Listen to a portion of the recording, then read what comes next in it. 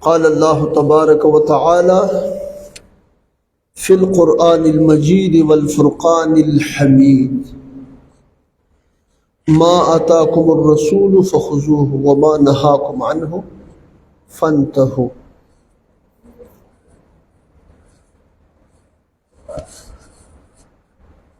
صدق الله خالقنا العظيم وصدق رسوله النبي الأمين الكريم.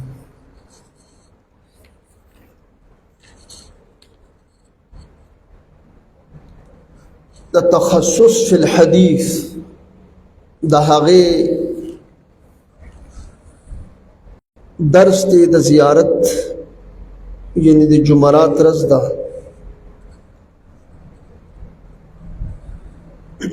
نو هغه کې زمونږ مخکینی سبقونه چې کوم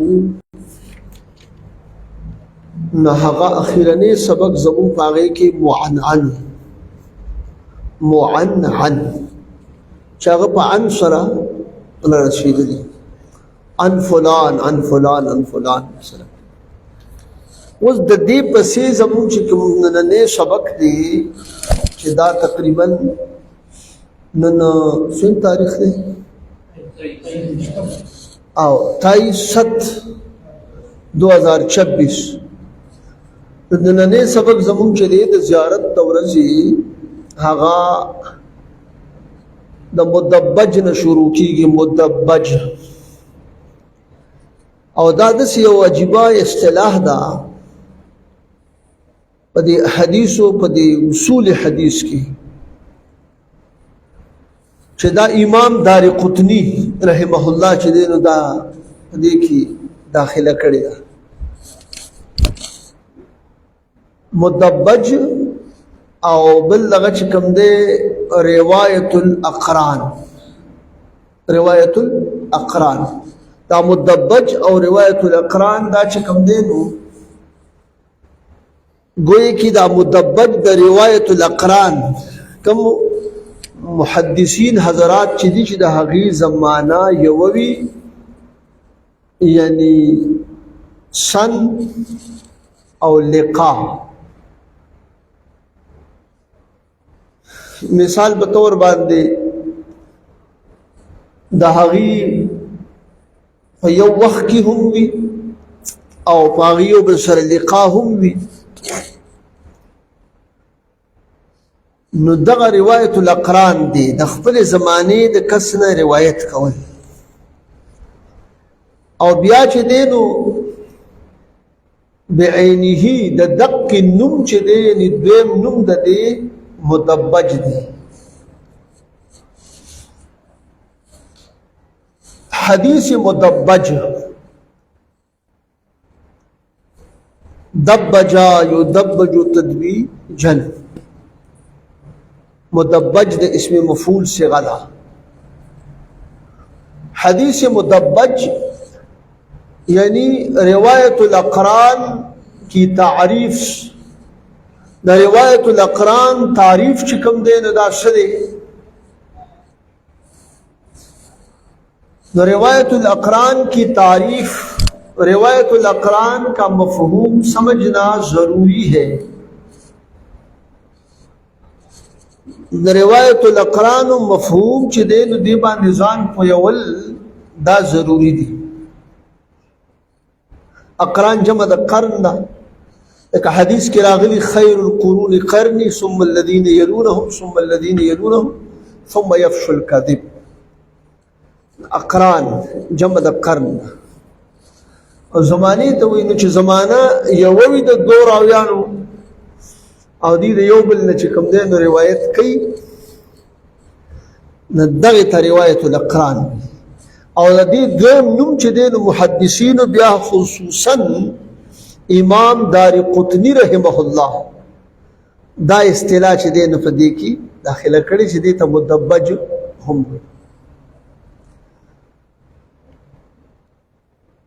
کیونکہ مدبج روایت الاقران کی ہی ایک قسم ہے اور ذکر چدا روایت الاقران مفہوم دې باندې ځان پوهول ضروري دي ځکه چې دا مدبج چې دی نو دا د روایت الاقران یو قسم دی اور بعض نے روایت الاقران کا دوسرا نام مدبج رکھا ہے بعض علماء یعنی محدثین لکماتا استراغی او کچھ امام دار قطنی رحمه اللہ د دې نوم چې کوم دی نو هغه مدبج خودلې دی مدبج اس سے مراد یہ ہے کہ تشارک الراوی والمروی عنہ فی امر من الامور المتعلقة بالروایت فی السن واللقاء تشارک دا راوی و مروی عنہ بولا یو راوی دی سوک چې د چانه روایت کی نو دغه تراوی وي او مروی عنہ د چانه چې روایت کیږي نو هغه ته سوی هغه ته مروی عنہ ویل کی او دا کوم شی چې تنا یعنی دا کوم راوی چې د بل روایت کی دغه تا دا کوم شی چې روایت کی بس دغه ته روایت وي الکه امام بخاری رحمت الله علیه د خپل استاد نه روایت کړي د استاد نه روایت کړي نو امام بخاری رحمت الله علیه راوی شو دغه استاد مروی عنہ شو او دا چې کوم حدیث ته غستل دي نو دغه ته روایت وي موږ تاسو اکثر وایي الکه دا خبره په روایت کې راغلي ده دا روایت چا ذکر کړي الکه دا روایت امام بخاری رحمت الله علیه امام بخاری راوی د امام بخاری رحمت الله علیه استاد مروی عنہ او دغه چې کوم شی ته دغه کړی دی نو دې ته سوی روایت کړي دغه ته روایت ها نو راوی اور مروی عنہ کا روایت سے متعلق امور میں عمر اور ملاقات میں ہم شریک ہونا د مدبج نه مراد ده چې د راوی او د مروی عنہ په یو امر کې د امور نه چې هغه تعلق د هغه تعلق په روایت پوری وي نو په عمر کې عمر او په ملاقات کې دې سره شریک وي نو دقه ته چې کم دی نو د راوی او مروی عنہ دا اوس روایت الاقران چې د دنه روایت کوي او دا مدبج دی چې دی په عمر او په ملاقات کې سره سوي سره شریک وي ها یعنی د راوی او د مروی عنہ په روایت د روایت سره متعلق چې کوم دی په امور کې چې پاغي کې په عمر او په ملاقات کې دی سره شریک وي نو دې ته ویل کېږي مدبج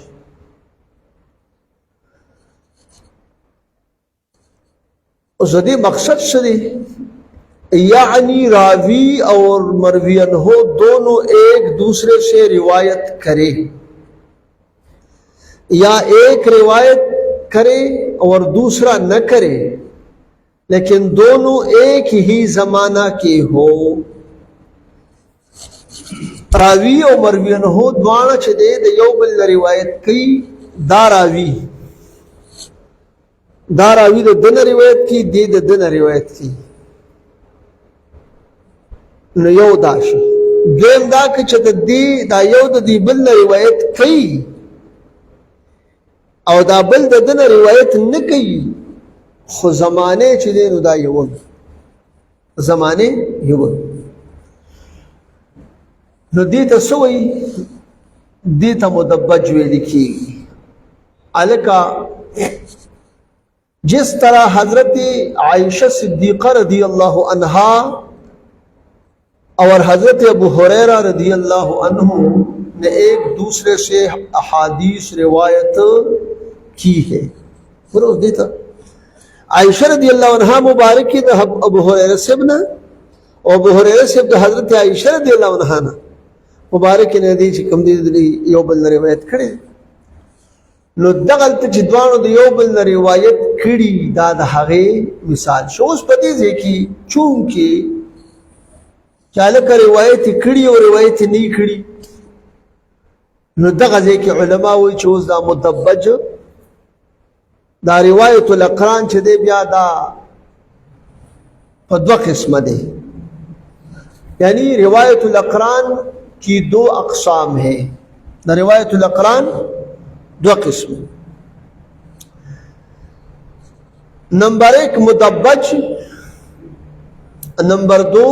غیر مدبج. شد سرخا بالتشدید مدبج او غیر مدبج. مدبج کی تعریف یعنی مدبج کا معنی لغوی خوبصورتی ہے. وہ شکل دا مدبج چې دی نو دا ما تاسو ته وختي وي چې دا د باب تفعیل نه دی. دبجا یدبجو تدبیجن، دبجا یدبجو تدبیجن. نو مدبج اسم مفعول سے غشوا. خو مدبج چې کوم دی د دې معنی لغوي خوبصورتی ده. څه شی دی؟ خوبصورتی. استاد ګورے انسانوں کے دونوں رخسار برابر ہونے میں خوبصورتی ہے. دا انسان دی دا مخ دا اډانه چې کومه ده که چې دا یو نیږي او دا بل نیږي دا سره برابري نو دی باندې د انسان د مخ خوبصورتی ده. اوس که چېرته دا یو شان یو دا بل شان یو راوتی وي او بل نه نوتی وي مثال په نو برابر نشو، لہذا هغه خوبصورتی بیا هغه شان دی. دی وجه دلته کې دا خبرې ته ګورې ښه د مدبج لغوي معنی خوبصورتی ده. اوس تاسو ګورئ دې سره انسان کے دونوں رخسار برابر ہونے میں خوبصورتی ہے. د انسان په دوانو رخسارونو اننګو او برابرېدو کې څه شی ده؟ ښکلیوالی دی، خوبصورتی ده. اوس تاسو ګورئ دې مخې ته ایښی دی. اس کو سامنے رکھ کر دو ساتھیوں کی باہم روایت کرنے کے ساتھ مشابہت ہے. یعنی اس کو فن حدیث میں ایک خوبصورت اضافہ قرار دیا گیا ہے. دا مدبج بیا چې کم دی نو دی بیا دا خبرې مخې ته ایښې ده چې یعنی دوه ملګري باهم په روایت کولو کې د یو بل سره مشابهت دی. ځکه چې دی ګوره دا د شاګرد هم دی، د استاد هم دی د ده. یعنی یو روایت کو د ده نه، د روایت کو د ده نه، نو دلته برابري راغی که رانغی؟ برابري راغی. نو دا په دې فن د حدیث کې یو د یعنی د اضافه د خوبصورتۍ چې کوم دی نو کوي په دې کې. ځکه چې ګورئ تاسو مثال په طور باندې یو استاد یو شاګرد دی، هغه د استاد نه چې دی نو روایت ٹھیک ده. اوس دې کې هغه شانته کې خوبصورتي نشته، شته دی په خپل ځای باندې چې روایت ورسو. لیکن چې کله دا دغه ولګي دا استاد ولګي د شاګرد نه روایتو کی نو بیا جزاک الله. نو په دې کې بیا هغه خوبصورتي دومره راشي چې هر طرف ته اوس تاسو ګورئ نو که دا د ده استاد دی نو دی هم استاد دی، که دا د ده شاګرد دی نو دا هم د ده شاګرد دی. خوبصورتی زیاده شوه. دا دې وجې نه چې کوم دی یعنی اس کو فن حدیث میں ایک خوبصورت اضافہ قرار دیا گیا ہے. او دا بهترین او خیسته اضافه بګی چا کړی ده نو ما تاسو ته تاسو ته دغه معلوم وي. امام دارقطني دا ګورې ډېر لوی سړی دی. ښه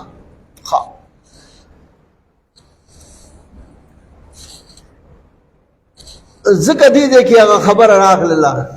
یہ اصطلاح امام دارقطنی نے سب سے پہلے قائم کی ہے دا اصطلاح امام دار قطنی رحمه الله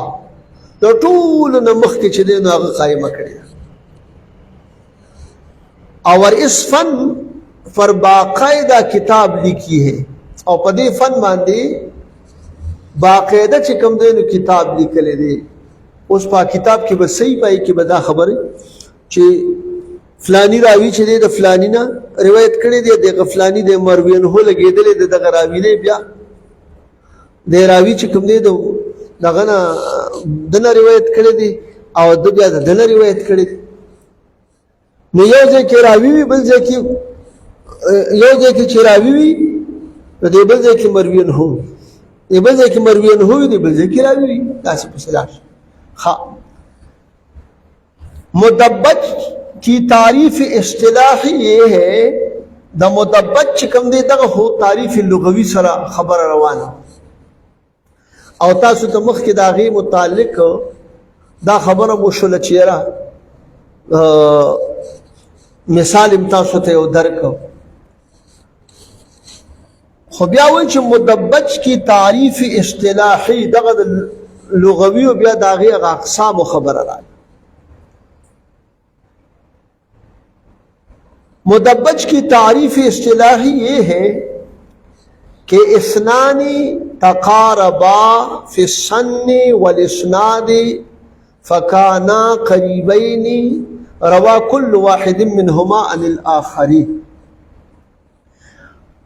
دو شخصیات جو عمر اور اسناد میں قریب قریب ہے ان میں سے ہر ایک دوسرے سے روایت کرے پدیزان کوئے اثنانی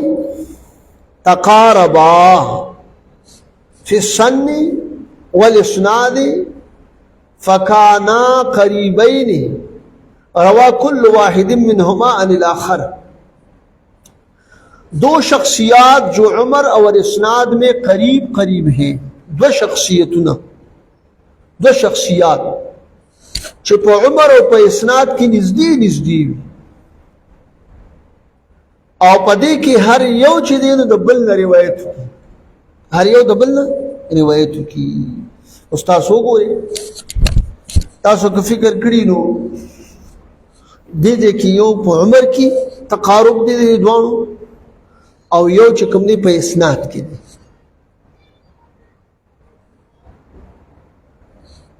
جس طرح امام اوزاعی نے امام مالک سے اور امام مالک نے امام اوزاعی سے روایت کیا لیکن سنگا چی امام اوزاعی دا امام مالک رحمت اللہ علیہ نا اور امام مالک رحمت اللہ علیہ دا امام اوزاعی سے نسکڑے دے روایت کردے یہ دا یو بلنا چکم دے سے روایت کردے نن غوري په دې وخت کې چې کوم دین د امام مالک رحمت الله علیه هوتا سو خپې جنې سونه لوي سره او امام اوزاعی شپ د خپل وخت هم ډېر لوی محدث دی شو خدای چې کوم دینو دا اهل حدیث حضرات د اوزاعی شپ ډېر دغه کوي او بلغه امام ابو حنیفه رحمت الله علیه سره چې کوم دینو هغه مناظره راغلی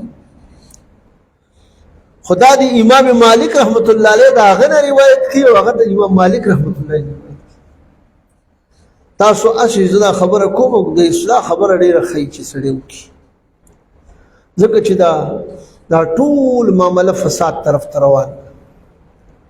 که تاسو په سوشل میډیا باندې ګورئ نو ټول روانه نو فساد طرف ته ایوب کی جرار سے مخالفت کی ہوئی چیزوں کمیلات شریف کی دغه چې کوم دي خرافات او بدعات وغیرہ نم یې نو دا حرام نو مې دا د پلار بیا ثابت کی دا کم کړ اسی دا خو خیر متاسو مې د وسنه چې کوم د سوشل میډیا حواله کی خبر را لو دا مې کې منځ کی هغه سوت تاسو وايي جمله معترضه شو جمله معترضه شو خود امام اوزاعی او د امام مالک رحمت الله علیه چې دا امام مالک خپل مذهب یعنی دا مجتهد دی مجتهد مطلق دی او جناب امام اوزاعی رحمت الله علیه اوس امام مالک رحمت الله علیه هغه هم غم دی په عمر دغه کې په عمر کې او په اسناد کې سره سری محدثین اصولیین دا برابر اوس دا محدثین او دا اصولیین علما چې کوم دي د اصول حدیثو دا علما دي دا زموږ کابر دي کنه دي یار چې دی نو دی خدا و نه ویلې چې لکه دا امام مالک صف کافر شد امام اوزاعی سے نے روایت کړي یا دا امام اوزاعی سے قال اعوذ بالله کافر شد خود امام د مجتهد مطلق نے روایت کړي دا څنګه چل نن سبا تاسو ګورئ هغه تاسو په دا دماغ لګ دې خواره کې لار شي نو سمو خیال الله د دې وجه نه زمونږه د خلقو د دې زماني د خلقو خبره کوم هغه دا نه چې دا کم مکتبه فکر یا څوک او یا څوک دا نه عام خبره ده د دې وجه نه د ډیر خیر نه ګوري په ډیرو خبرو کې د حرمان باعث جوړ شوی دی محروم پوه شو کنه او بس هم صرف چې دی نو ته زما په کوپر پسې ګرځو زه به ستا په کوپر را لټوم هلکه دا ونه راولټوه چې په کومه خبره به دې سب مسلمان ثابتېږي چې مسلمان یې ثابت کړه ته مو خیال بهرحال دا مې تاسو ته یو خبره وکړله خو دا چونکې د اصولو خبره ده او دارنګې حضرت عایشه صدیقه رضی الله عنها مبارک د حضرت ابو هریره رضی الله عنه او ابو هریره رضی الله عنه د حضرت عایشه صدیقه رضی الله عنها نے روایت کړي استاد وګورئ کړه ایرا عایشه صدیقه رضی الله عنها مبارک ام المؤمنین دا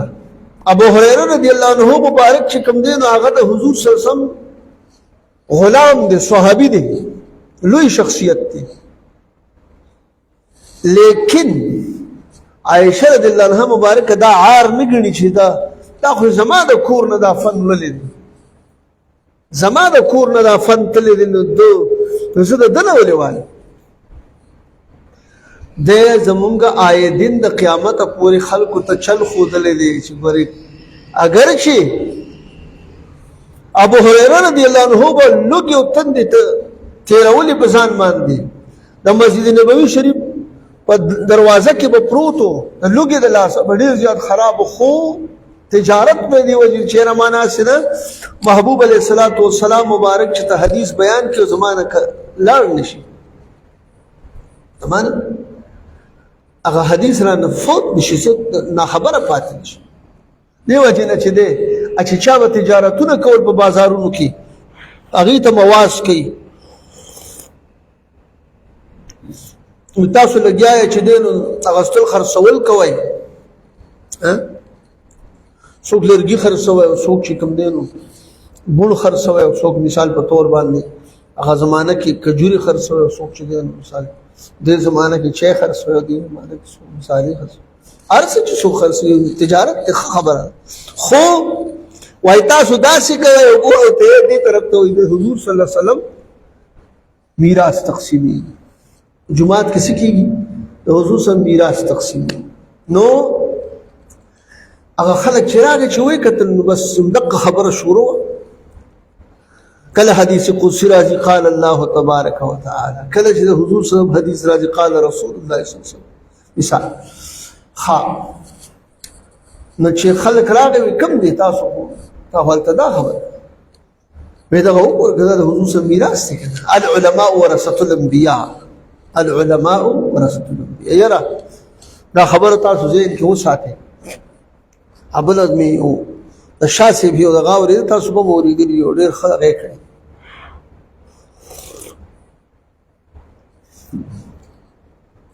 د حضرت شاه صاحب محترم دا نوم یې ځکه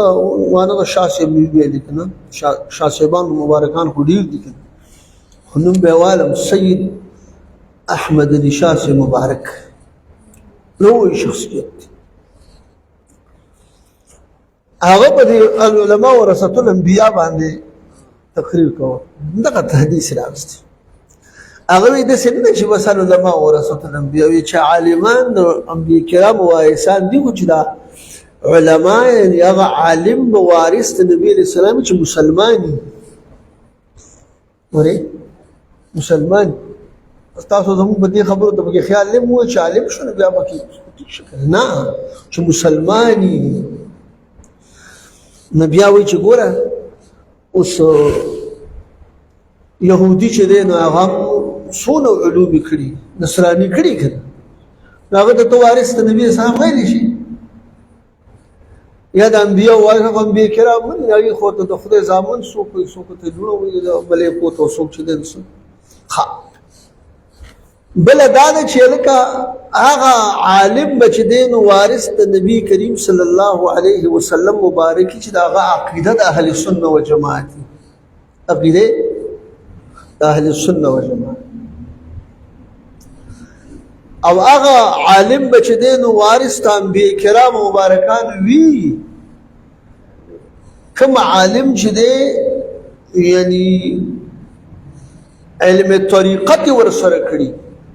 د علم ظاهر سره سره او هغه عالم بیا د څه تللی دی چې اخلاص ورکړي کنه هغه خبره تاسو دې پورې کوم چې رګنی د وراثت د حضور صلی الله علیه وسلم مبارک دی ابو هريره سے ویرا شی میراث تقسیمی نو دغه میراث چې دی ابو هريره سے د حضور صلی الله علیه وسلم مبارک د در نه ملاو دی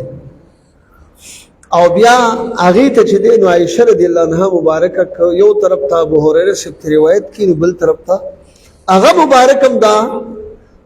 د حضرت ابو هريره سے روایت کی نو دا مو ته چل خیخا چې ستاسو کور نه به یو شی تلی لکه اوس مثال وزدا زما والد سے محترم او زما مفتی اعظم ایشیا مفتی شایستګل سے رحمت الله تعالی علیه مبارک عرف متموریس او دا هغه یو شاګرد دی او خشاګرد یا اوس ما ته مثال پته ولګی چې دا سړی قابل دی د صدایو یو فن دی یا روایت دی نو زیت والم نو بده کې څه غني ها دا غنه غستی دي دا غنه حاصل کړی دي دغه مثال تاسو ته ما د حضرت عائشہ رضی الله عنها مبارکی او دو ابو هريره رضی الله عنه مبارک نو دې کې بیا موږ دا پښتانه مشران چې کوم نه دی بیا یو خپل متل الکه په دین کې شرم نشته ها چې کله دې په دین کې شرم وکړو نو ته به چې مړه دته ګور دا زما د پلا شاګرد دې سړي ته دته وځه یا دا زما د نیکه شاګرد دته خو زمونږ د کور نه راشي ملاو نه دغه دې کې بس د خرمان راغی نه تور په کار دا اخص په کار ها دارنګي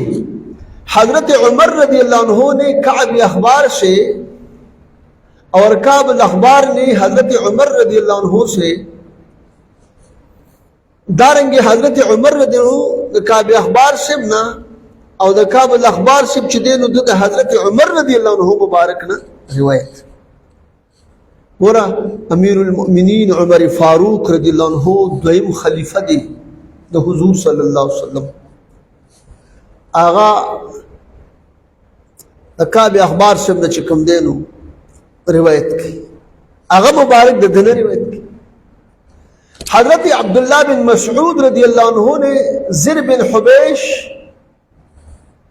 اور زر بن حبیش نے حضرت عبداللہ بن مسعود رضی اللہ عنہ سے دی مبارکانو تو ګوره زر بن حبیش شکم دی په مقابله د عبداللہ ابن مسعود رضی اللہ عنہ کی د مبارک د دی زا چې دین کسرا یا د دی زا فتحه زر بن حبیش یا زر بن حبیش پوه شو کنه زیات دغه چې دی په کسری سره راځي خبره پوه شو دارنگی عبداللہ ابن مسعود رضی اللہ عنہ دا حضرت عبداللہ ابن عباس سے بنا او گورا عبداللہ ابن مسعود رضی اللہ عنہ دا خو چې دی نو د حضرت زر بن حبیش صاحب نه دغه کړی دی روایت کړی دی او بل چې کوم دی عبد الله بن مسعود صاحب دا غنه او د عبد الله بن مسعود صاحب په دې خبره پوه شو دارنګي حضرت عبد الله ابن عباس رضی الله عنه دا حضرت عمر بن دینار صاحب نے روایت کړی دی او دا ابو سلمہ صاحب نه ابو سلمہ یا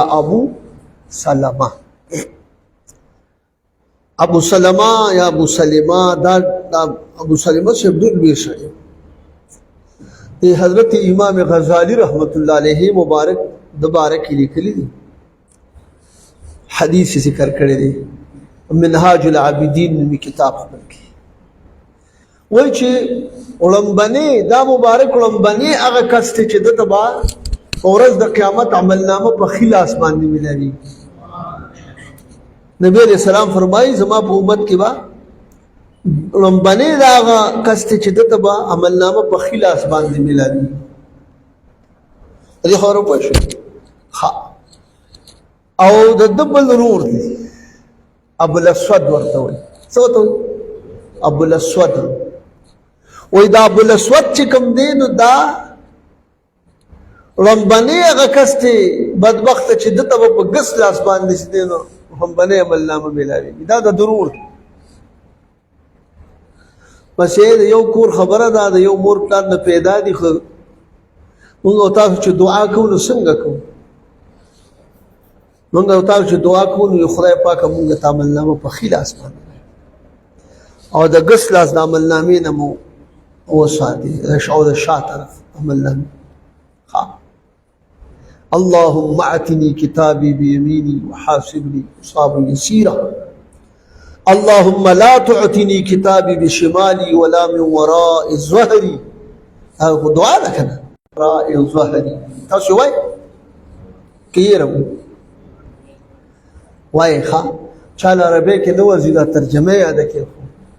دغه چې ځینی وختونو کې دا کمی کې دعاګانې راغلي کنه نو دا دغه تمکینات د وجنا دغه دعاګانې قبليږي بیا خیال مده یو صاحب نغی جنگو او داس پغاله جنگ او داس کو یو او داس کو بلم کو په جنگ شو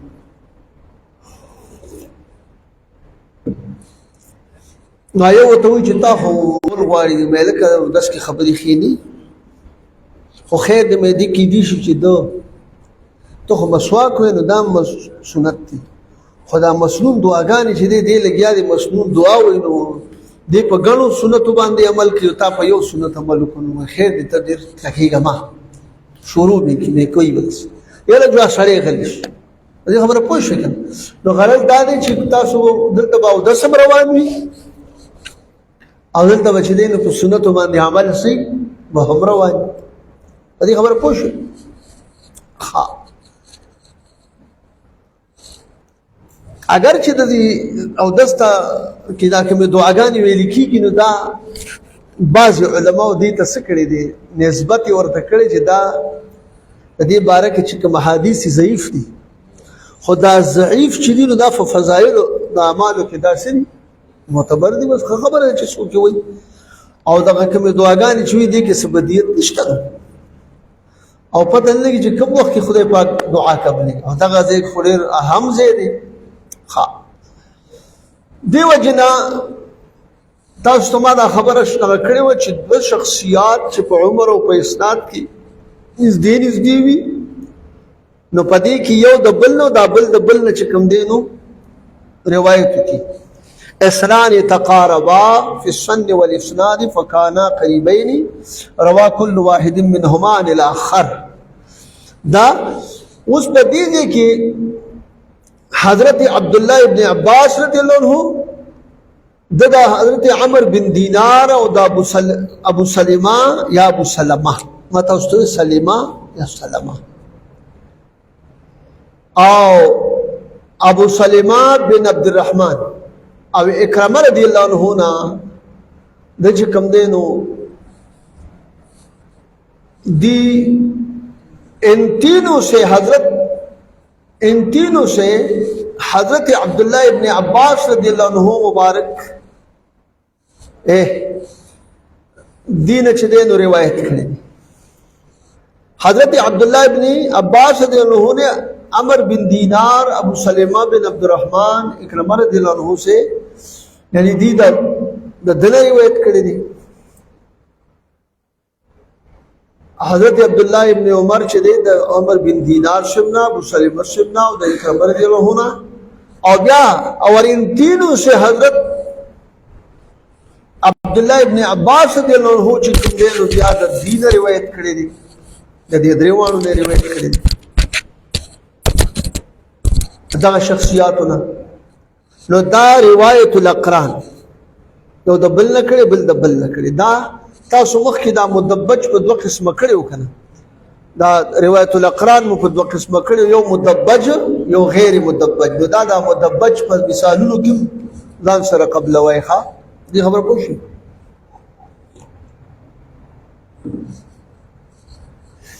او دا گوئے کہ تاسو د مدبج اگر مثالونه درکړي. ابو سعید خدری رضی اللہ عنہ نے ابو الدرہ سے اور ابو الدرہ نے حضرت ابو سعید خدری رضی اللہ عنہ سے روایت کیا ہے. ابو سعید خدری رضی اللہ عنہ دا ابو الدرہ نا او ابو الدرہ چه دے دا ابو سعید خدری رضی اللہ عنہ نے روایت کړي. او بل دا چه دے نو حضرت انس بن مالک رضی اللہ عنہ نے بکر بن عبداللہ سے اور بکر بن عبداللہ نے حضرت انس بن مالک رضی اللہ عنہ سے روایت کی. حضرت ابو سعید خدری رضی اللہ عنہ انس بن مالک سے روایت کړي دي او انس بن مالک سے ابو سعید خدری رضی اللہ عنہ روایت کړي دي. بکر بن عبداللہ دا بکر د چکم دي دا چا روایت کړي دي انس بن مالک سے او انس بن مالک سے بیا د بکر سے روایت کړي. اور امام زہری او بل چکم دے عمر بن عبدالعزیز رضی اللہ عنہما اور امام احمد بن حنبل اور علی بن مدینی رحمہم اللہ نے باہم ایک دوسرے سے روایت کی ہے. دی مبارکانو په خپلو کې د یو بل نه څه کړي دي روایت یې کړي دي. په دې خبره پوه شو. نو دا چې دی د دې روایت کولو دپاره ما تاسو ته خبره شاید چې کړې وه چې امام بخاري رحمت الله علیه په میاشتو باندې اسفار کړي دي، سفر یې کړي دي او بیا چې کوم دی نو دیم پکې کتلي دي چې هغه د اس ته رانیولو دپاره چې کومه هیله هغه کوي نو بیا د هغه نه راوپس شوی د میاشت مزل هم کړی دی ویره نه علم کړه ځکه دی اصله چې دی نو په دې دوکه ورکوي چې د جولې کې سدیس او ونډه وغیره نو دی ماله په دې حدیث کې هم دوکه راکولی شي حالانکې کیدی شي داسې نه وي خو دی نه د امام بخاري رحمت الله علیه هغه انتهایی احتیاط چې کوم دی نو معلومیږي او نن سبا بس چې خوله پورته کي نو په امام بخاري رحمت الله علیه باندې بس کوي هغې باندې به رد کوي طنز به کوي. الله دې مونږ دغې علماء کرامو د اهانت نه وساتي. نو دې وجې نه چې دی وایي چې اس کو مدبج کہتے ہیں دې ته سوی مدبج وي دا ټول مثالونه تاسو وکړ. اوس که تاسو مثال په طور یو ځای کې روایت د حضرت عبداللہ بن مسعود رضی اللہ عنہ مبارک په دې خبره پوه شو کنه دا زر بن حبیش صاحب نه یا د زر بن حبیش صاحب روایت د عبداللہ ابن مسعود صاحب نه تاسو راشي نو تاسو ته آلریډي دا خبره معلومه شوه چې دې ته څه وایي دې ته تجبیب مدبج دی کنه تدبیج دا دې ته مدبج ویل کېږي دا په ذهن کې تاسو وساتئ. غیر مدبج کی تعریف مع مثال اوس د غیر مدبج تعریف سره د مثال نه دا خو د مدبج تعریفو سره د مثالونو او دلته کې د غیر مدبج تعریف سره د مثال نه وګوري. اثنان تقاربا فی السن والاسناد، سن فسین سره فکانا قریبین ویروی احد القرینین عن الاخر ولا یروی الاخر عنه. دو کسان، دو شخصیات، یعنی دو شخصیات جو عمر اور اسناد میں قریب قریب ہے، ان میں سے ایک دوسرے سے روایت کرے اور دوسرا اس سے روایت نہ کرے. آیو دن روایتو کی زمانے یوداس اسناد کے سر برابر دی، د حدیث چکم حیثیت لري هغه د حدیث هم لري. د یو راوی یا د کم دابل کم مروی دی، مروین هو دی، د چې کوم حدیث دی نو دا د دې بل دا حدیثم دقه دغه اسناد دقه حیثیت لري، لیکن آیو ته روایتو کې دی بل ته روایت ونکي. خو زما به دا وایم چې دی به دا غرض نه چې هغه به ابدان په هغه باندې اوچت ګڼي یا بس نه، یعنی مطلب دا چې په اسناد کې سره برابر دی، اوچت پکې نشته، عمر هم برابر دی، اسناد هم برابر دی، لیکن یو روایتو کې د بل نه خدا بل ته نه ونکي. نو دیتا سوی دیتا غیر متبج، و دا حدیث و روایت کړي نو حدیث غیر متبج. ها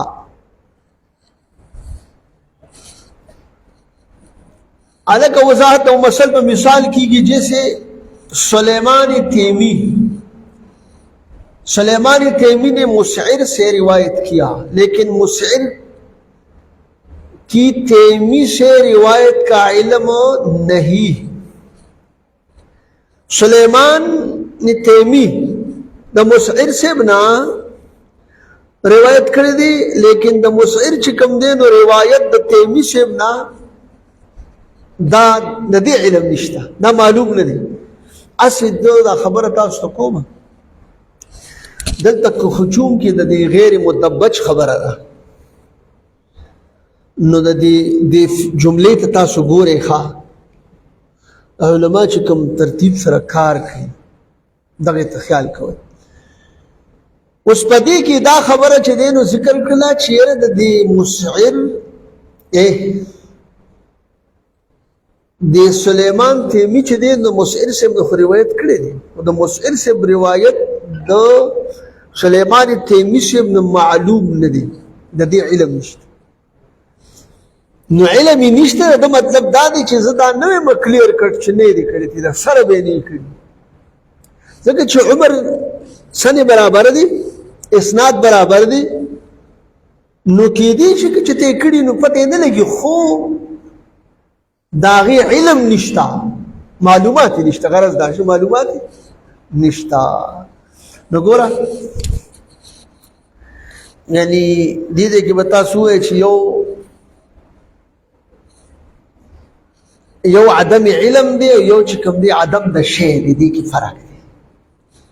اوس مثال تا ته د یو څیز په باره کې علم نشته نو د دې دا مطلب نه چې دا شی نشته.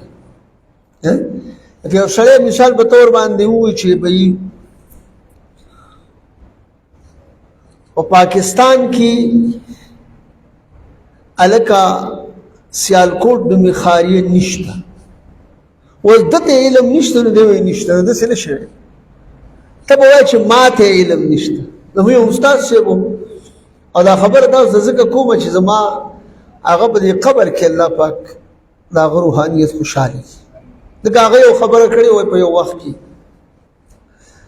موږ ناستو نو یاره وي دا عالمان چې کله دا سړی ملا شي که نه نو ده چې داسې یو مالدار او داسې مشهور ملا وي او د هغې استاد وي نو د هغه یو والي ورکوي، خو چې دا کوم داسې غریب وي او مشهور نه وي نو د هغه اړو څوک نوم نه لري. دا خبره به هغه څوک الله حضرت علامه فهامه نور محمد سے رحمه الله ډېر رسوي د محتوی صاحب زمونږ چې کوم دی د علامه امام المدرسین شاګرد و وړومبني شاګردان خو بس ګمنامه زندگی تېره کړې او دا زمونږ د علامه محمد امین صاحب الله دې قبر د نور نه ډک کړي عرف ملنګ جان استاد هغې ملګری و نو هغه به مونږ ته یو خبره کوله په دې درس دوران کې چې کله به مونږ کوو نو هغه به ویل ګورې داسې به یې ویلې نو هغه ویل چې دا تاسو ډېرې خبرې داسې دي چې یو سړي ته به د هغې علم نه وي نو دی به وایي چې دا شی نشته لکه نن سبا دا یو لویه فت چې دی نو برفال په دې سوشل میډیا تاسو ګورئ بس دقه شی د دې نه خلک چار چاپېره ګرځي ده به چې دی د خپل استاذ رساله به او کتاب به نه کتلي چې هغه په دې کوم تحقیق کړي او دلته به وایي چې نه دا نشته دا شی نشته لکه څومره معمولات د اهل سنت چې دي نو دا د کتابونو لیکلي دي خو ما به د خپل مشر کتاب نه کتلي د خپل چې زه دغه کوم چې دا زمونږ د اسلافو نه دی ما به نه کتلي او زه به وایم چې نه دا نشته حالانکې هغه به وشي کړي او ثابت کړي به یو ثابت وي په دې خبره تاسو پوهئ نو ګورئ د عدم د علم نه عدم د شی نه لازمیږي دا ځان سره وساتئ ښه جي لکه ما تاسو ته مثال درکړ چې دا یو سړی وایي سیالکوټ نشته په پاکستان کې نو ته ووایه چې سیالکوټ زما په علم کې نشته نو بس ښه خبره نو دغه مولوي صاحب به موږ ته دا خبره کوله چې بهي ته داسې مه وایه چې دا مسله نشته ته داسې ووایه چې زما په علم کې نشته نو بس د ګناه نه به هم بچ شي دا عین دا په خپله وایي علم دی ځکه جهل مرکب څه ته وایي چې سړی په خپل جهل هم نه پوهېږي نو دغې ته جهل مرکب وایي دغه سړی جاهل مرکب دی بیا ښه نو ما تاسو ته مثال درکوم دې ځای کې د مسعر صاحب چې کوم دی روایت د سلیمان تیمي نه د دې چې کوم دی نو یعنی لیکن مسعر کی تیمی سے روایت کا علم نہیں علم چې دی نو دا معلوم نه دی دا شی وایي معلوم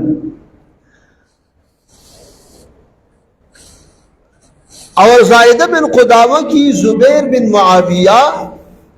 معاویہ سے دا زائدہ بن قدامہ دا زبیر بن معاویہ رضی اللہ عنہ نا روایت دا خوشتا لیکن زبیر بن معاویہ کی زائدہ سے روایت کا علم نہیں چې د بیا د دنه روایت کړي د دې دا معلوم نه دی ابن الناصر دمشقي بیا لګېدلی نو په دې کې بیا بلا دغه کړی دی نور یې پکې تحقیق کړی دی عقود الدرر فی علوم الاثر کې ځان له پکې اقسام بلا شي جوړ کړي دي خدا دغه صاحب پکې دا کار کړي اوس تاسو به وایئ چې هلکه دا امام دارقطني رحمت الله علیه لوی سړی دی خو ټیک ده بس روایت الاقران چې کوم دی نو وکنه نو دا د پکې دا چې دا د حدیث فن حدیث کې دا مدبج ور دغه کو دا چې دی نو ور داخل کو نو دا خو ټیک ته د دې فن هغه خوبصورتي ورسره راغلې ده لیکن د دې فائدہ څه ده حدیث مدبج کې فواید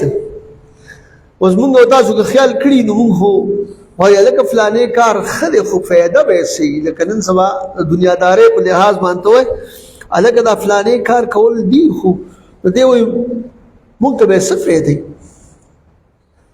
نو چې فایدې نه وي نو هلکه بس مړه دا پرېږده سړیه ځکه چې دغه دی هسې هم چې دی نو سلیم الطبع انسان هغه وي چې هغه ځان د لایعنی نه وساتي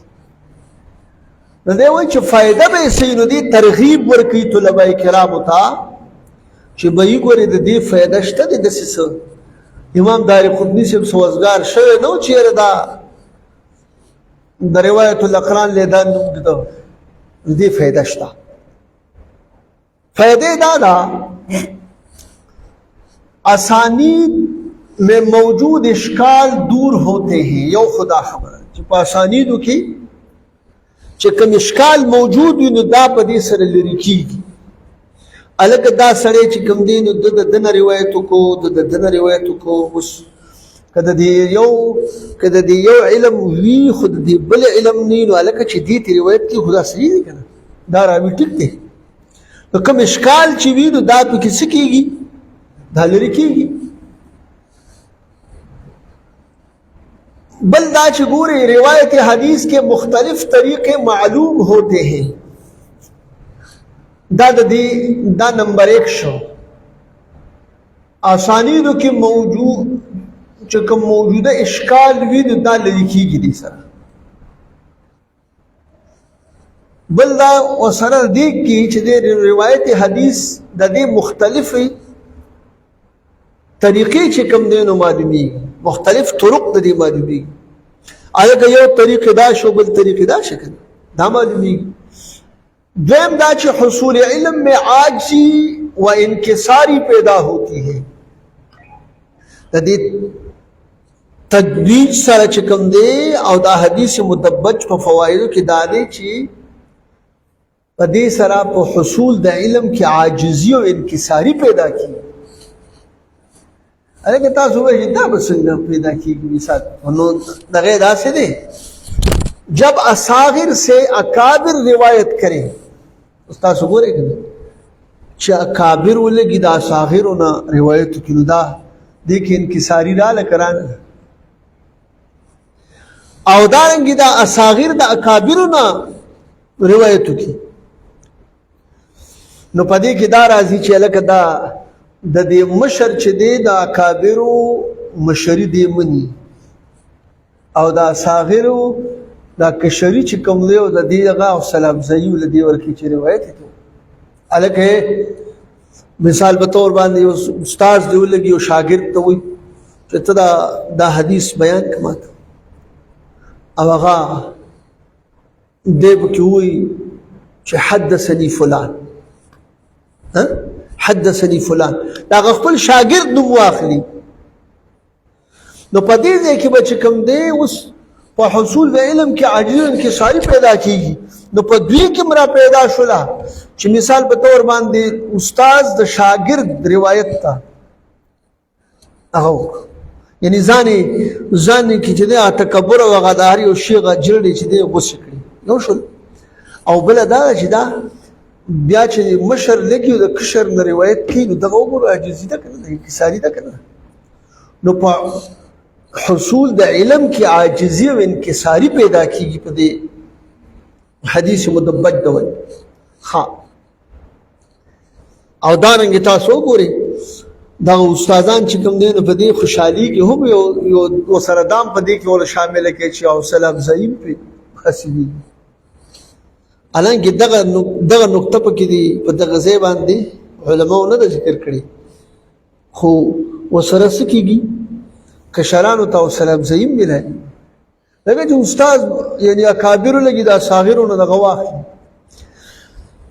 او پدې کې ترغیب ملاویږي دا درې خبره به کې دا واخلي دا په دغه ځای باندې پدې شک نه ذکر شي خو ترغیب هم دا ملاویږي چې لکه دا مولانا صاحب چې دی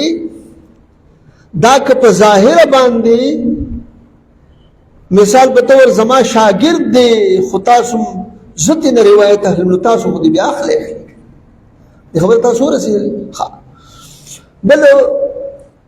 نمبر 3 دغه خبره تاسو په دویم نمبر قسم کې چې دی چې حصول علم میں عاجزی او انکساری پیدا ہو دغه سره تاسو ټچ کی. او دریم نمبر چې دی نو دا دی چې راوی کې متعلق معلومات میں اضافہ ہوتا ہے راوی متعلق چې دی په معلوماتو کې اضافه کیږي. اوس مثال په تور باندې یو راوی دی اوس پته نه لګي چې دی په کوم هغه کې د یو راوی د دې مروی نه هو دغه معلوم دی دا چې چا نه روایت کړی دی اوس دې لګیا دی په چله کې د دې راوی دغه وباسي چې دی په کوم سن کې تیر دی او دا د کمی په یو د کمی مرتبه دی نو یاره دې لګیا دی خو سخوند دې نه کولو دا حدیث مدبج چې راغی نو په دقه ځای کې اوس دلته چې میلاو شو چې هلکه دا خو د ده نه روایت کړی دی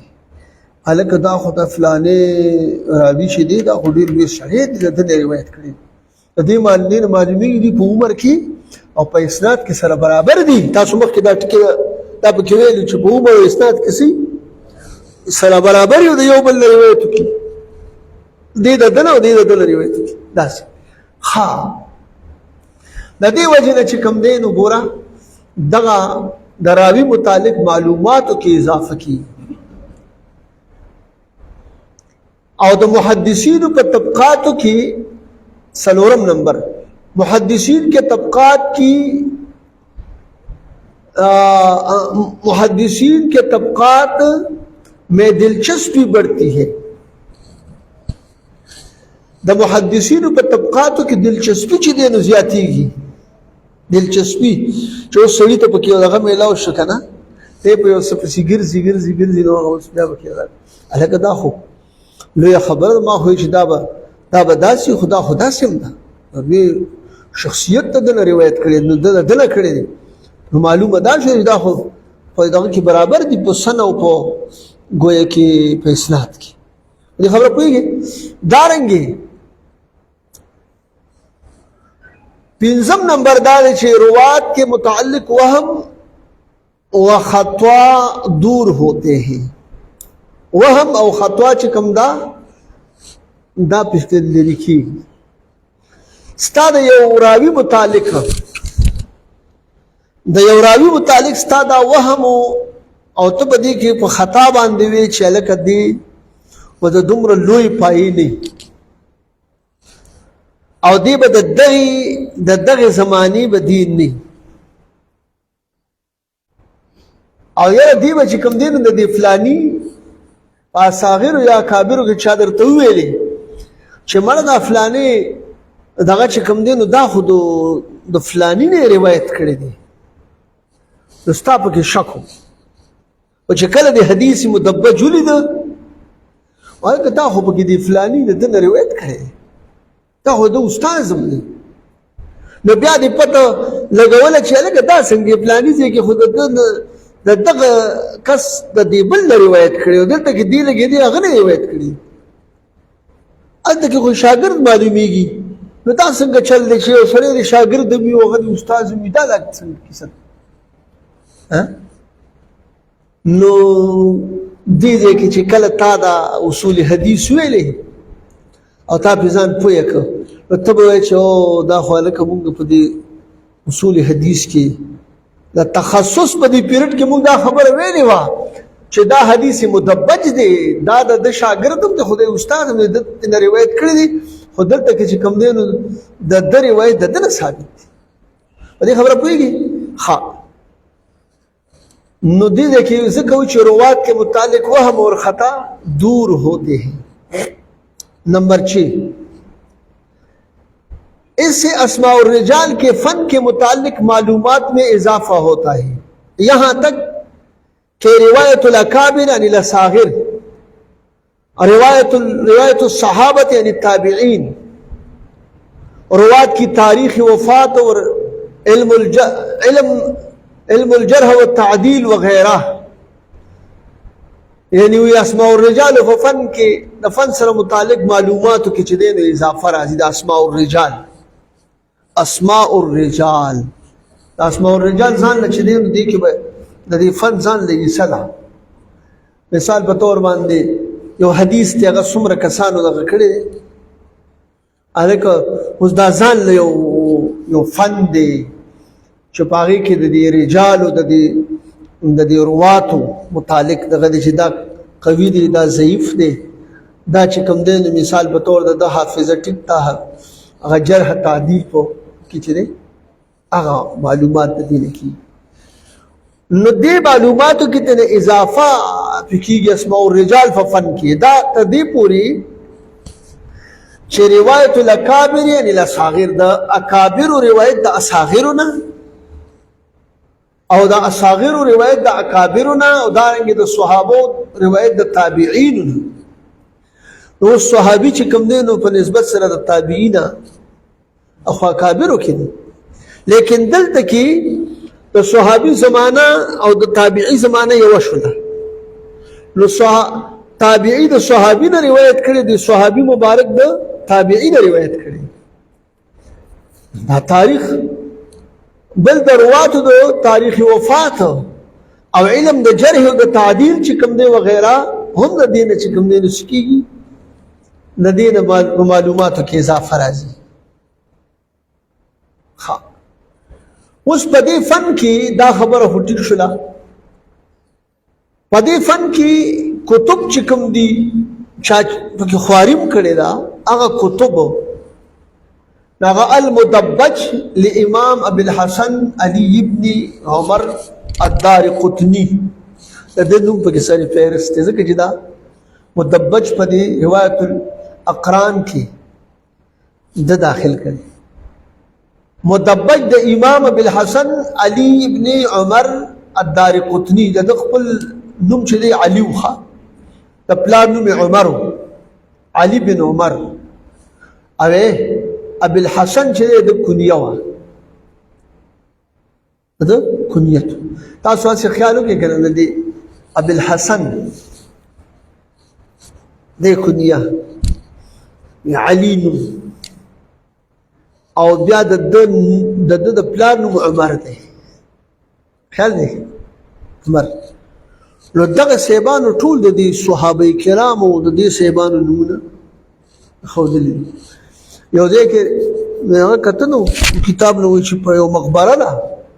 په هغه مقبره کې ټول هغه خلک ښخ دي چې په هغې په نوم کې د حضور صلی الله مبارک نوم راځي، او هغه چې کوم دی نو محدث وي نو واحد د دغه خلکو دپاره بس کار دی چې وفات شوي به خو چې دغسې نو هغه هلته کې دفن کړي، څومره لوی یونیورسټي به پکې دفن. الله اکبر. بل چې کوم دی نو روایت الاقران لابي الشيخ بن حيان الاصفهاني،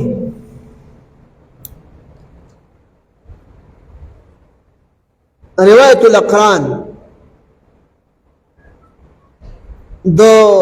شیخ ابن حیان اصفهانی. المخرج من المدبج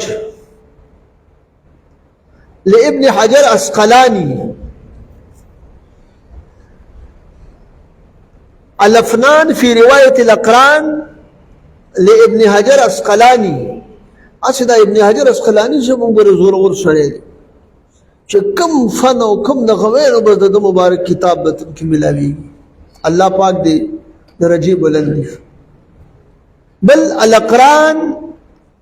د چې کوم دی نو لیکل دی د اقران په نوم باندې د ابي عبد الله بن اخرم نیسابوري د په دې فن کې هغه لیکل دی، کتاب لیکل دی. دا زمونږ د دې هغه کې د مدبج په دې درس کې د مدبج بیان شو. د اختلاط بیان چې دا مختصر د نو دا بو سره ملګری کو څه مخه صحیح ده. اختلاط الاختلاط اختلط يختلط اختلاطا خود تطوی سره دی اختلاطا طا طا یو تی ده کنه طا. الاختلاط اختلاط کا معنی ہے خلط ملت ہو جانا. اختلاط معنی سره خلط ملت کېدل، خلط ملت کېدل، خلط ملت ہو جانا یعنی ګډوډ کېدل. موږ وایو لکه ګډوډ خدا دا دا دا دا ماده چې دا چې کومه جبه کې ویلو تقریبا دسي یو بل سره لګي، ګډوډ کېدل، خلط ملت کېدل. عقل کا خراب ہو جانا، دا عقل خرابیدل. احادیث کی ترتیب و نظم کا باقی نہ رہنا، یعنی ایسی شخصیت جن کا حافظہ اخذ و ادائے حدیث کے قابل نہ رہا ہو. ولدا انسان دی کمزور دی کنه، انسان کمزور دی او سړی د خط کړه دی، یا خو به داسې چې مثال په طور په سل حدیثو ته کېده مخې ته او سره به د سند هم ووایي، ورسره به متن هم ووایي، یو د کوم اصل متن چې د کوم سند دی هغه هغې ته م راواړي، دا به هلته م، خو بیا به داسې وخت راشي چې لکې لا یعلم بعد علم شیئا، یعنی هغه کې عقل خراب شي او خلط مل پکې راشي. نو اوس دام کېدی شي که نه ګوره دا چې یو سړی ښه محدث دی خو بیا په آخر کې داسې چل شوی دی چې مثال په طور د هغه عقل خراب شوی دی، هغه خلط ملت راغلی. په دې خبره پوهېږي؟ نو د احادیثو هغه د ترتیب او د هغه نظم چې کوم دی نو هغه باقي پاتې نشي. د حدیثو ترتیب او نظم دا باقي پاتې نشي. اوس تاسو ګورئ، یعنی ایسی شخصیت جن کا حافظہ اخذ و ادائے حدیث کے قابل نہ رہا ہو، دا اخذ او دا ادا کولو د حدیث یعنی د حدیث بل ته د بیانولو د هغې قابل نه پاتې شي. اوس دا چې کوم دی نو دې ته په دې دغه کې چې دی په اصول حدیثو په هغه کې دې ته اختلاط ویل کېږي. الاختلاط اختلاط دا خو تعریف لغوي و، یعنی لغوي معنی. تعریف اصطلاحي بزرگانو هغه دا دی چې هو الحديث الذي يختلف فيه ضبط الراوي وحفظه ولا يستطيع أن يأخذ ويروي الحديث كما أخذ. بزرگانو دا هغه حدیث تے یعنی وہ حدیث جس میں راوی کا ضبط و حفظ مختلف ہو جائے. اخذ ضبط و حفظ دا پکی مختلف شي، یہاں تک کہ جس طرح حدیث سنی اسی طرح روایت کرنے کی استطاعت کھو دے. یعنی چې څنګه حدیث اورېدلې دی نو دغه رنګې د هغې د بیانولو هغه چې کوم دی نو دی څه کي، هغه استطاعت کوم طاقت چې نو هغه څه کي، هغه بس بیلې ختم شي، هغې دغه طاقت پکې پاتې نه شي. یعنی اوس په دې تاسو ځان په ساده پښتو کې پوه کړئ. یو راوي دی هغه دغه خو یې اخیستی دی، حدیث یې اخیستی اخذ یې کړی دی. اوس داسې وخت ته ورسېدی چې دې کې اوس د هغه چې کوم دی نو هغه حفظ او ضبط چې دی نو محفوظ نه دی پاتې شوی، اوس هغه شان ادا کول نه شي کولی. نو دلته دا حدیث دې کې خلط ملت راځي. په متن کې مخلط کېدی شي، په سند کې مخلط کېدی شي. په سند کې مثال په طور باندې داسې چې یو راوي په ځای باندې بل راوي یاد کړي، د بل په ځای بل یاد کړي، سند کې مخوادي کېدی شي. صاحب اختلاط یعنی مختلط کی روایت کا حکم. اوس د صاحب اختلاط چا باندې چې دا حال راشي چې د هغه عقل خراب شي، خلط ملت راشي او دی بیا د ادای حدیث چې کوم دی نو هغه طاقت پکې پاتې نه شي، ضبط او د حفظ چې دی د ګډوډ شي، مختلف شي. نو تو حکم څه دی؟ مختلط کی روایت کو قبول کرنے یا نہ کرنے کے متعلق 3 آرا ہے. دا مختلط دا روایت دا قبلولو او دا نه قبلولو متعلق چې دی نو 3 رائے دي. یعنی په دې کې چې لکه یو سړی دی عاجز رست عمر کې بیا عقل خراب شوی دی، ګډوډ شوی دی، نو اوس دا خبره خو ضروري ده که نه چې به یې د ده نه به بیا دا روایت به قبلولی شي او که به نه شي قبلولی. نو دا هم ډېره اهم او ضروري خبره ده. اوس که ترې نه شي قبلولی ته یې قبلې او پتا باندې بل سره خامخا دا بوت تر باندې در سورې چې شابه دا به سي قبله دا هټکو دا خو د پکې څه غنښت نو د دې متعلق معلومات نو درې رائے په دې کې د علماء کرامو دي درې رائے د محدثین حضرات نمبر 1 حافظہ کی خرابی سے قبل کی روایت قبول کی جائے گی د حافظی د خرابیدون چې کوم مخکې روایت دي هغه به قبلول شي لکه مثال په تور باندې د حافظه لا خراب شوی نه ده او د چې کوم دینو دا غي روایت کړي د حدیث هغه به قبلول شي نمبر 2 حافظہ کی خرابی کے بعد کی روایت قبول نہیں کی جائے گی دوی مدا چې کله حافظه خراب شو خلط ملتراغه مختلط نو اوس به د روایت نشي قبلول چې د لوی سړی دی خو یاره د دنه پکې خطا راځي د عقل چې دی نو کله د راوي په ځای باندې یو بل راوي او کله د یو په ځای بل او کله متن کې چې کله خط ملتراغه نو اصول دا شو دویم نمبر غدا چې دا به د روایت په نشي قبلول نمبر 3 حافظہ کی خرابی کے بعد کی اور قبل کی پہچان مشکل ہو جائے تو قبول نہیں کی جائے گی اس پر دریم ته سوچ کوي ښا د حافظی د خرابیدون رستو او د حافظی د خرابیدون د مخ کې دغه پہچان او د معرفت چې کله مشکل شي چې لکه دا حدیث دا د حافظی د خرابیدون مخ کې دی او کدا د حافظی د خرابیدون رستو دی دې کې خلط مت دې کې واستغرا شي یعنی اشکال راشي دا مشکل شي نو بیا په دې صورت کې باندې شي قبلولې ځکه چې تا به کې فیصله ونه کړې شو چې دا مخ کې دی او یا دا رستو دی نو که مخ کې غوتا ته مخ کې وي چې که مخ کې ونه قبول دی که رستو ونه قبول نه دی خو دې ته کې پته نه لګي ګډوډ شوی دی اشکال پیدا شوی دی نو دې وجه نه چې کم دی نو بیا به دا نشي قبلولی ولې تا ته ګوره د قبلېدو د نه قبلېدو چې کله راغراله لکه څنګه چې تاسو اکثر وایي چې هلکه د حلت او د حرمت خبره راشي نو ترجیح به څه لري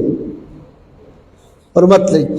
کراهت او دغه چې دی نو دغه راشي یو د هغې کې بیا څه یا مثال په طور د سنت او د بدعت خبره راغله په خپل منځ کې چې دا بدعت دی او که دا سنت دی خدا سے نه چې نن سبا دی یو سړی ار کو تعوب تعود شي ته بدعت وایي ځکه حدیث کې راغلی دی کنز العمال دا حدیث ذکر کړی دی چې د څه وخت براشي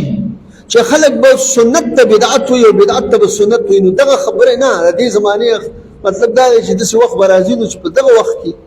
لکه نن سبا ته وګوره کنه ډېر خبرې دا شي دي او سنت ته دی وته بدعت او بدعت دی وته سنت په دې خبره پوه شئ مونږ ته زموږ والده صاحبه وفات شو دا ډېره اهمه خبره امام المدرسین زمونږ عمي العزیز او استاد محترم علامه مفتی فضل سبحان صاحب دامت برکاتهم العلیہ علینا وعلى سائر التلاميذ هغه مبارک چې دلته کې راغی دی جمعات کې مازیګر مونځ مونږه کوو مازیګر دا جمعات هم ډکو بره په دې پر دغه باندې خلک ناستو ولاړو په لارو کې خلک لوی معاملو هغه کلارو کې خلک ولاړو دومره دنیا راغلی او جنازې ته په انتظار د مازیګر دغه شو اوس هر سړی وایي چې دا سپیکر به ولګو دې مانځه ته نو موږ د تپوس وکړو دې کسانو چې هلکه صیب دا خو چې دی نو دا دونه ګڼه نو شی وي نو څنګه او وی ګوره اصل شی دا دی وی کم نوی شی چې د توکي د سنتو ځای هغه بدعت ته به سنت وي او سنت ته به څه وي بدعت بهرحال داسې ډېر مثالونه شته دی هغې پسې نه ځم خو صرف هغه مې تاسو ته هغه دا وښودو چې دغه فلاني کتاب دا لیکلي دي په د هغه زمانې نه اوس دې ځای کې چونکې دا مسله راغله چې بهي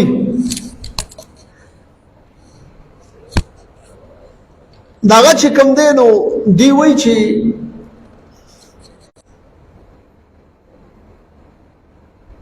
मगर ये कि कोई दलील या तुरुक मौजूद हो उस दासी ची मिसाल पे तौर बांधी हाफिजा की खराबी रागली द ड्रीम नंबर चमाता उस तक मऊ नो द दी पता न लगी او कदा د عقل د خرابېدو نه مخکې دا مشکل شو نو بیا چې کوم دی نو دا به نشي قبلولی دې ټکي پسې او که چېرته داسې څه دلیل یا څه طرق موجود شو یا موجود وي چې یاره دا د عقل د خرابېدو نه مخکې هغه دی نو بیا به یې قبلې د دې څه مثالونه تاسو ته ذکر کوي ښه الله اکبر نمبر 1 مثال ها عطا بن صائب رضی اللہ عنہ کا آخر عمر میں حافظہ خلط ہو گیا یہ دیکھیں گورا ایسے دا خلط ملت مخی لکلے خو پدی دیکھیں سرا خن اشنا خلطو چونکہ دا عطا بن صائب سے خبر دلوی سرے دیکھنا وی دا عطا بن صائب سیب چکم دے پا آخر عمر کے حافظے خلط شوے ہوا عملتی ورسرون لیکا خواہ دے پا کی دا دیغر لحاظ ساتلے تو دا غد شان لحاظ ساتلے خلط ملت ہو گیا دے انہیں لکھے خلط ہو گیا لکھے آوازی سفیان سوری اور شعبہ نے ان کی روایات کو حجت سمجھا سفیان سوری سے وہ اوبل چکم دے شعبہ سے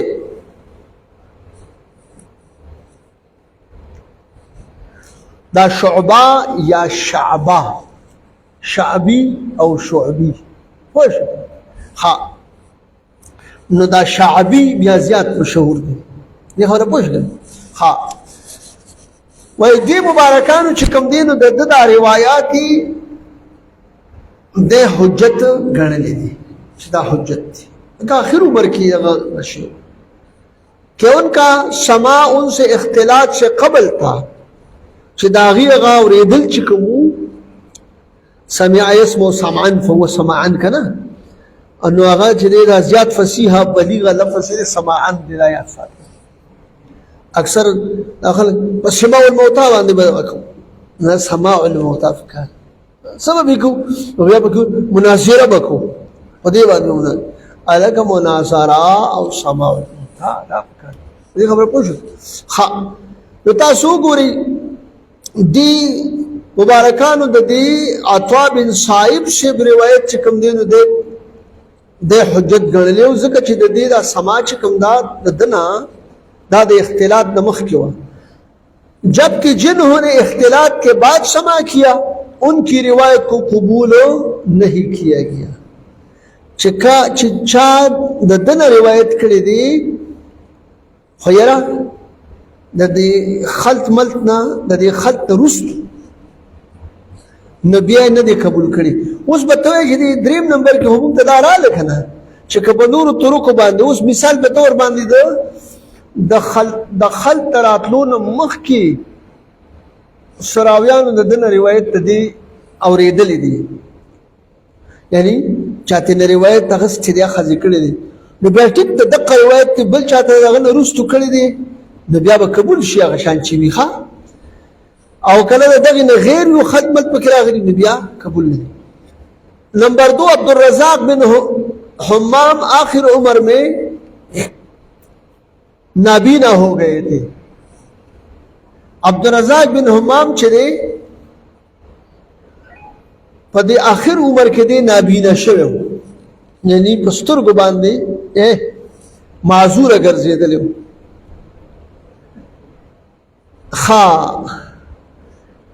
لیکن ان کی مصنف دا مصنف دا ابن عبدالرزاق چکم دینو دا دا عمر پاگا بہترین حصہ کے لئے کلی شو دا قبول نہیں تاسو گو رہے دا دی لئے صفا مثال تاسو تا میلاو شو اس خودی قتل لستل نشی کولی استرگم لگر آگے کن یعنی ګوره دا سترګې او غوږونه دا خواص چې کوم دي نو تاسو خو د شرع قاید کې دا ویلي دي که نه چې اسباب العلم للخلق ثلاثه درې دي نو په کې یو خواص هم دي که نه نو خس خو چې دی نو غراغې خس کې و کمې راغې دی مبارک چې کوم دی نابیده شو لیکن بیا هم تاسو وګورئ بزرګانو چې دغه د مصنف د عبدالرزاق دغه باندې خلک یې ترې دغه کوي او حدیث ترنه لیکي او قبلي ولې دا د ده د عمر په هغه زمانه کې لیکل شوی چې کله نظر کار کو جس میں بینائی موجود تھی اس لیے محدثین مصنف عبدالرزاق کی روایت کو لیتے ہیں ہاں اختلاط کے بعد ان کی روایت کی حیثیت نہیں د اختلاط نه وروسته چې کوم دی بیا د روایت دغه نشته حیثیت نشته ہاں اس کا مطلب یہ ہوا کہ اختلاط سے قبل کی روایت قبول جبکہ اختلاط کے بعد کی روایت قبول نہیں کی گئی د اختلاط نه مخکې روایت چې کوم دی نو دا قبول دی د اختلاط نه وروسته چې کوم دی نو دا روایت نه دی قبول شي اختلاط کے متعلق امام ابن صلاح فرماتے ہیں امام ابن صلاح سے چکم دے فرمائی اسوئی آغا مبارک فرمائی جس سے محدثین نے اختلاط سے پہلے احادیث لی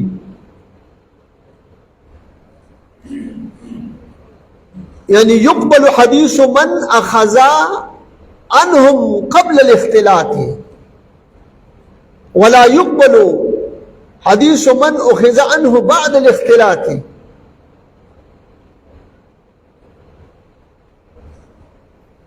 قبل ولی بشي حدیث دا هغه چا چې اخذ دینه د اختلاط نه مخکې کړي او نه بشي قبل ولی هغه حدیث چې هغه کنه د اختلاط نه وروسته دینه اخذ کړي یا دی په دې معاملې کې اشکال راغلی نو دی نه پوهیږي چې آیا دا د اختلاط نه مخکې اخذ کړی دی او که نه وروسته یې کړی دی لکه تاسو دا درې قسمه د دې عبارت نه ابن صلاح صاحب دی په کوم څه کې مقدمه د ابن صلاح کې بس دا وشو دا دی دارنگی ابن ناصر الدین دمشقی فرماتے ہیں ابن ناصر الدمشقی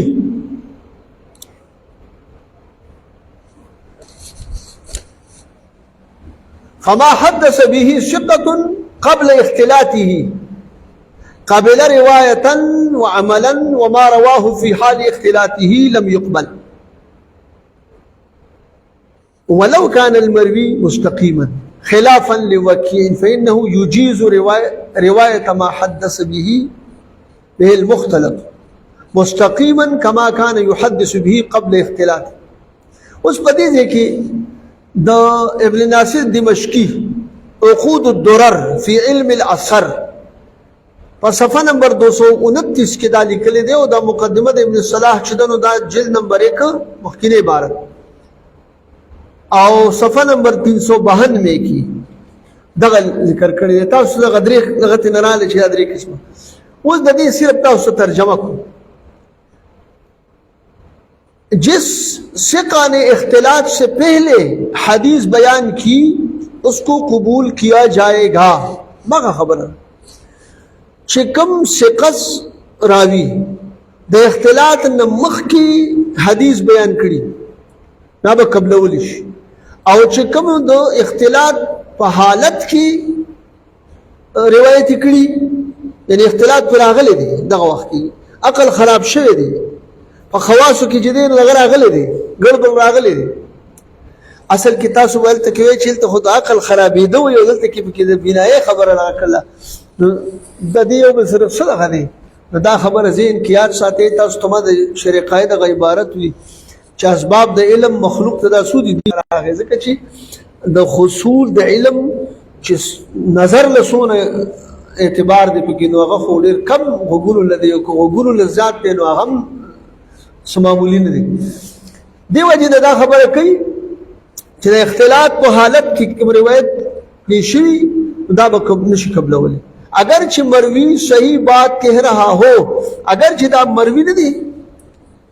دی صحیح خبره کوي دا روایت کون کې صحیح کولی خبره کوي لګیا دی لیکن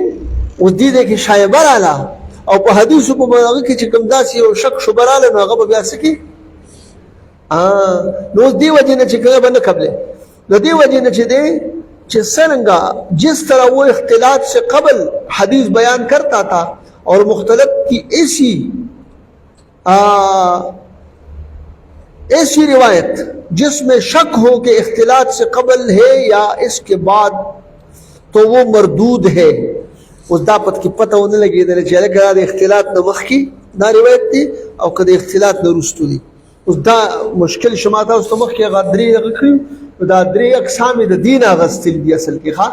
د بیا به دا وي مردود دي دا به قبلولی نشي بس دې کې صرف چې کوم دي کتب چې یو څوک کتابونه به دي کې لیکلي شوي دي د اختلاط په دغه باندې نه دا دي المختلفین دا مختلفین چې دی نو د ابن صلاح علی د په دې باندې کتاب مختلفین باندې چې اختلاط راغلی په عقل خرابي ده الكواكب النيرات في معرفة من اختلط من الرواة الثقات لابن الكيال كواكب نيرات دا په معرفت د هغه چا کې چې اختلاط راغلي د راویانو نه الثقه راویانو کې اختلاط راغلي دا ثقات ذکر ویلې چې دا که غیر ثقه کې اختلاط راغلی نو هغه خو اسم غیر ثقه دی کنه هغه بس هغه د جرح او د تعدیل د غراواله جو بس پیمانه او سراواله جو به تلیف کو هغه که روایت د قبل دو جو ویل او قانون جو بس استه فرق الاختباط بمن رمي الاختلاط لابن العجمي اختباط په هغه چا باندې چې هغه باندې رمي د اختلاط شي اختلاط په یعنی ورچول شي مطلب دا دی چې هغه اختلاط په عقل کې راغلی دی اوس ته مو ته وایي چې د اختلاط په عقل کې دی بل مو ته بل مو دې باره کې چې دی ابن عجمی کتاب لیکلی المختلطون من رواة الحديث لأبي عبد الرحمن نطمي بن ناصر اندلسی نو دغه کې ابي عبد الرحمن سیبم پکې چې کوم دی نطمی بن ناصر پکې کتاب لیکل دی المختلطون من رواة الحديث بل کتاب نهایت الاختباط بمن رمي من الرواة بالاختلاط دا د سب بن عجمی کتاب دی دا علاؤالدین علی رضا علاؤالدین علی رضا واحد رضا سیب دی فضل رضا سیب دی کنه نه ملک رضا رضا راضی کنه دې کې خو غټ خلک هم شي امام احمد رضا او دا ندیزه کې دا علاؤالدین علی رضا راغلی دی اختلاط الروات اختلاط الروات الثقات دا د چا دی دکتور عبدالجبار سعید مرویات المختلطین فی الصحیحین دا چا جاسم محمد راشد السیاوی دا په کې د چې د مختلطین فی صحیحین په نوم باندې د یو کتاب لیکلی دی دا زمونږ د تخصص فی الحدیث کې چې کوم دی نو دا نغو نننې سبقو الله پاک جهود او المال به متاسو ټول ته د پوهې توفیق را نصیب کړي او دا ناس ته الله پاک زمونږ او تاسو د ټول لپاره باعث ډېرو خیرونو د دنیاوي او د اخروي په دنیا کې د صحیح حدیث په اخذ او په خبا کې په دې باندې په عمل ول خدای پاک جهود توفیق په دنیا کې راکړي او په آخرت کې خیر درود پاک شریف ولله اللهم صل علی سیدنا